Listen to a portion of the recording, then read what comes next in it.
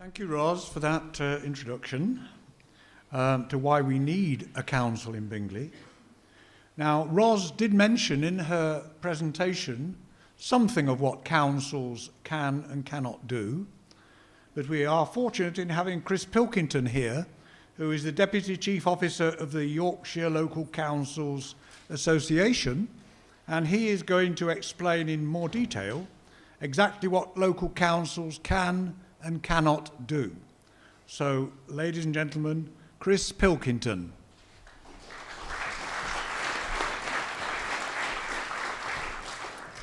Well, good evening.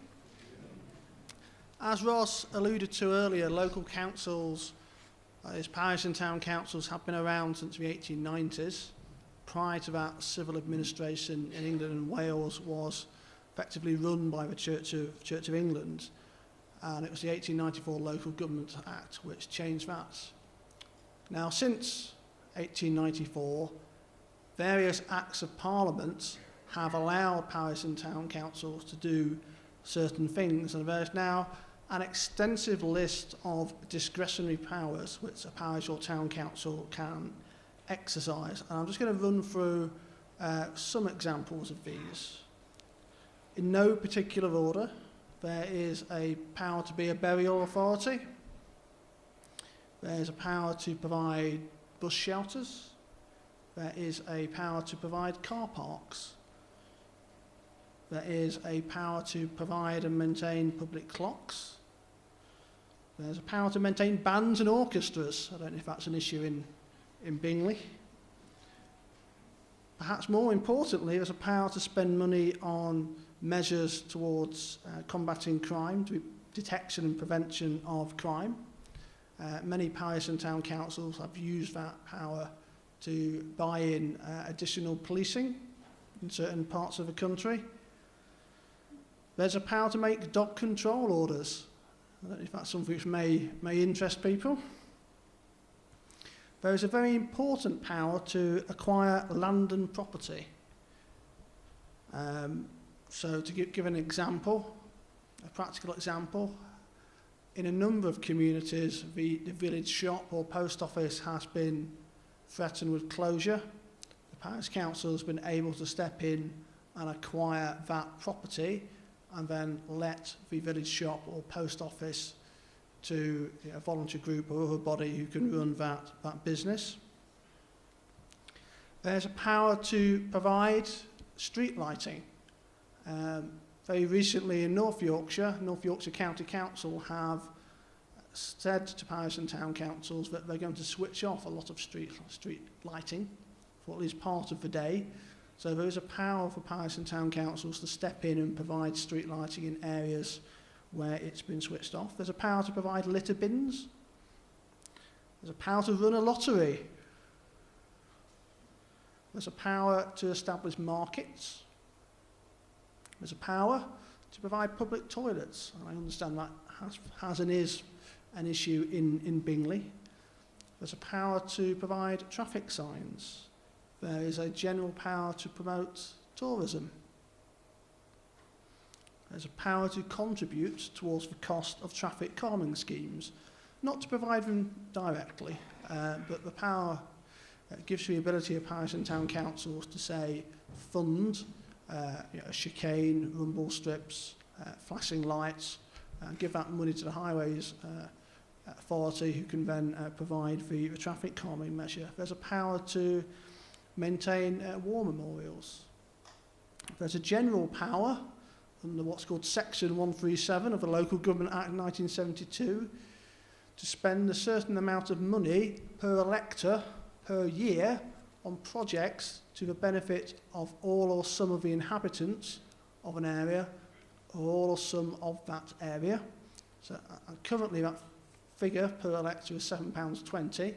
So that's a broad general power which parish and town councils can use for a very wide range of projects indeed. There are very few duties imposed on parish and town councils. There are some in respect of their meeting procedures. So a parish or town council has to meet at least 4 times a year. There are fairly extensive requirements in terms of financial accounting, as you might expect, given that it's a public body.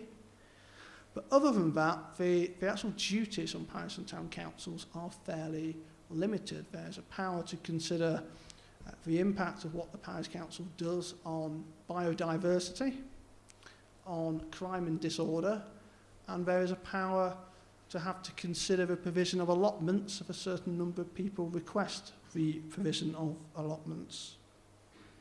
So other than that, what parish councils can do is essentially choosing from this extensive menu of discretionary powers.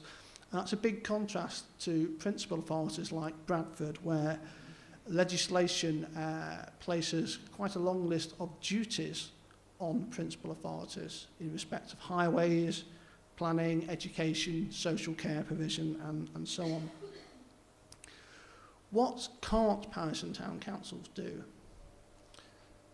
Now, in practice, because of that wide list of powers, there's not a lot they can't do, but nevertheless, if they don't have a specific power given to them under an Act of Parliament, then they can't do something. To do otherwise would be to act beyond their powers. So perhaps to give one little example of that, there's no power for a parish council to give a grant to an individual. There's a power to give grants to groups, but not to individuals. Having said that, Ross alluded earlier to the Localism Act 2011, which has given lots of new rights to parish and town councils. And perhaps the most important one is what's called the General Power of Competence, which has been given automatically to principal authorities like Bradford, but it is only currently available to eligible parish and town councils. I won't go into the eligibility criteria now, but it's something that a Bingley Town Council could work towards. And if a Bingley Town Council was to acquire the General Power of Competence, then it could do anything an individual can do within the law. So just to give a practical example, I mentioned earlier that if a particular community was threatened with a loss of their post office or village shop, then there's a power for the parish and town council to acquire the property. But unless they've got the general power of competence, there's no power for a parish council to trade. But if they've got the general power of competence, can an individual run a shop? Of course they can. So with the general power of competence, a parish council could trade. Now, parish and town councils are independent local authorities. As Ross has mentioned, they are funded principally, if not entirely, by a tax set by themselves. It may be collected by Bradford Council, but it is entirely set by local people through their parish or town councillors. And I think that's important to mention because parish and town councils are not dependent on funding from principal authorities or central government. And that's even more important given the current squeeze on the budgets of principal authorities like Bradford. I want to just run very briefly through a short list of things which Bingley Town Council could do which current community or volunteer groups in Bingley cannot do. So first and foremost is raising a tax. That's a very significant power. Second point is that Bingley Town Council would have access to what's called the Public Works Loans Board, which is a loan fund of government money available at a fairly low rate of interest to public bodies. So if a particular parish council wanted to acquire some land or refurbish the village hall, it was many tens of thousands, and it was perhaps unreasonable to raise the precept by that amount in just 1 year, they could take out a loan from the Public Works Loans Board and then pay that money off over 10 or 20 years. A parish and town council can reclaim VAT. So if the parish or town council was refurbishing a building, then it in fact doesn't pay the VAT, whereas if community groups are, they would. I mentioned earlier the power to acquire land and property. Well, a parish or town council does have a power through the principal authority to compulsory purchase.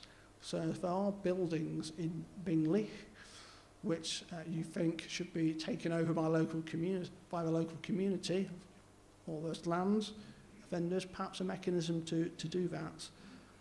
And finally, as Ros alluded to earlier, any town council would be a statutory consultee on planning applications.